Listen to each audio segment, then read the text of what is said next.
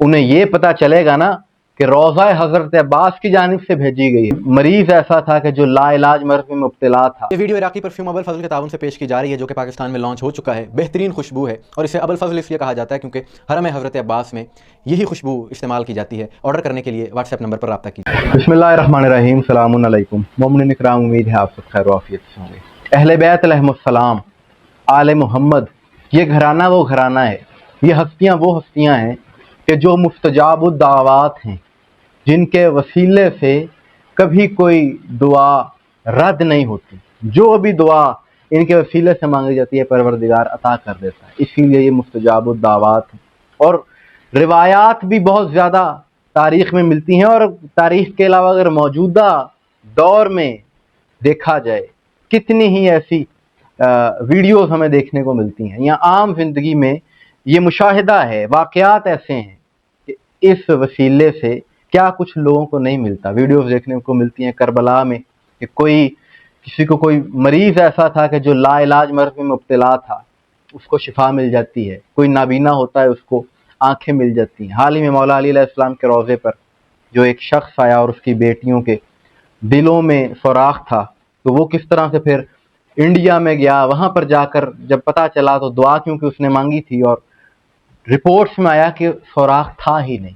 یہ آنکھوں دیکھے واقعات ہیں موجودہ دور میں۔ اس کے علاوہ نہ جانے کتنے ہی لوگ فیض پا رہے ہیں، یعنی اس وسیلے سے مشکل کشائی ہو رہی۔ اور اس وقت جو موجودہ عالمی حالات چل رہے ہیں، اس حوالے سے بھی ان مشکل حالات میں، اس جنگ کے دور میں جو لوگ متاثرہ ہیں، جو مشکل میں ہیں، ان کی بھی مشکل کشائی کا سامان اسی وسیلے سے ہو رہا ہے۔ میں نے سوچا کہ یہ پہلو بھی ساری دنیا کے سامنے منظر عام پر آنا چاہیے کہ کربلا مقدسہ میں روضہ حضرت عباس کی جانب سے ایک بڑا اعلان گزشتہ روز کیا گیا عتبۃ العباس کی جانب سے کہ 50 بہت بڑے کنٹینر امداد کے، کہ جو ایران میں جنگ سے متاثرہ لوگ ہیں ان کی امداد کے لیے 50 بھرے ہوئے بڑے کنٹینر روانہ کر دیے گئے ہیں، اور یہ روضہ حضرت عباس کی جانب سے کیا گیا۔ اسی طرح سے روضہ امام حسین علیہ السلام کی جانب سے بھی 50 بڑے کنٹینر روانہ ہو چکے ہیں کربلا سے ایران بارڈر کی طرف۔ اور زمانہ دیکھ لے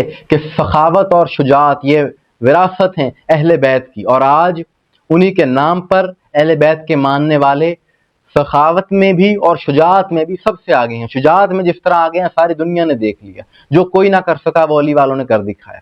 اور سخاوت میں بھی کہ یہ ملک عراق کوئی معاشی طور پر بہت زیادہ مستحکم نہیں ہے، بہت زیادہ مضبوط نہیں ہے، لیکن پھر بھی 2 ہفتوں کے اندر آیت اللہ سید علی سیستانی صاحب نے جب کہا کہ آپ نے امداد کرنی ہے متاثرہ لوگوں کی، حالانکہ خود بھی حالت جنگ میں ہے وہ ملک، اس کے باوجود $7 ملین کی امداد 2 ہفتوں کے اندر اکٹھی کی گئی۔ اور اہل بیت کے ناموں پر کس طرح سے لوگوں نے اپنے مال و دولت کو قربان کیا، اس کی تاریخ میں مثال نہیں ملتی۔ اور یہ جو اتنی بڑی امداد کا آغاز کر دیا گیا ہے، جو سلسلہ جاری ہے، یہ حسینی اس لیے کر رہے ہیں کہ حضرت عباس علیہ السلام کے روضے کا بینر استعمال کر رہے ہیں، امام حسین علیہ السلام کے روضے کا بینر استعمال کر رہے ہیں۔ اس کی وجہ یہ ہے تاکہ اگر جب یہ مستحقین تک پہنچے یہ امداد تو ان کو چھوٹا محسوس نہ ہو، کہ ان کو شرم نہ آئے یہ امداد قبول کرتے ہوئے۔